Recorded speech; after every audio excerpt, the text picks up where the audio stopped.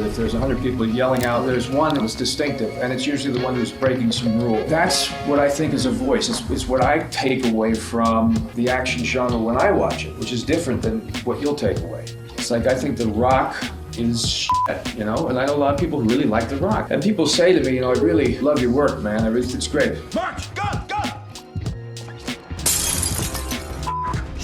I also like The Rock. To me, it's like, love your wife's cooking. It's delicious. And you know what? This dog is pretty good too. I love that. It takes away the compliment. Never think about what the other guy is doing. Never think about, oh, there's so many bad movies. Mine are better. Who cares? They're bad movies. They got made. Fine.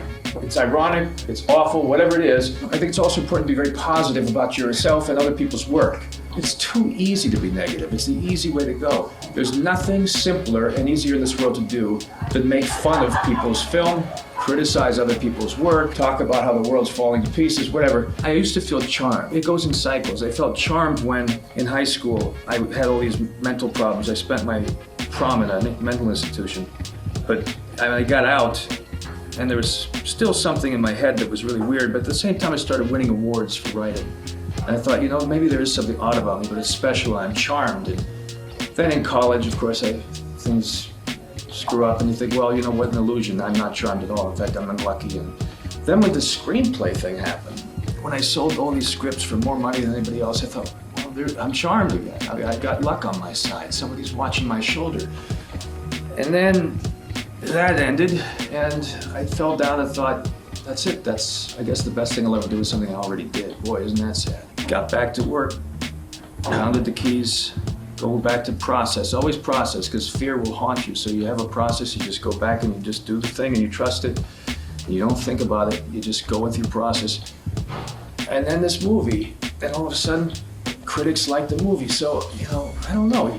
It goes in and out of favor, feeling like there's destiny to this, or that there's a moment, or you're charmed, or meant to do something. I think it's more just sweat. If you're willing to sweat, you'll get what you want. And then later call it destiny, when in fact, you know, it's the fact that if you didn't do it, you probably would have gone crazy. Someone asked Stanley Kubrick once if he was happy making films, and he said no, but I'd certainly be less happy if I didn't. Sometimes you just have to start typing, I think. Inspiration very seldom occurs. I believe all movies exist already, by the way. The perfect version of any movie you want to think about or come up with is already there. It's just sort of chipping away everything that doesn't look like the elephant until all that's left is the elephant. If you go to see a trailer for a movie, and you must have done this, you go, wow, that's going to be great. I love that trailer. That movie's going to be hot. And then you go see the movie, and it sucks. The problem is that there was something suggested by the trailer. In your head, your mind went to work forming a shape, sort of vague, sensed if not completely seen. But those images in the trailer made you complete the shape and say, I can see a version of what that's suggesting to me that's really cool that now I've decided I want to see. And when they did the movie, they didn't get it. But that doesn't mean the shape isn't still out there, because you could perceive it in your head. You could see what you wanted, sort of. Not specifically, but you knew it was there. And then they didn't do it. They made some other movie that didn't come up to the expectation generated by their own trailer. You mentioned earlier about the importance of purity of passion, media, etc.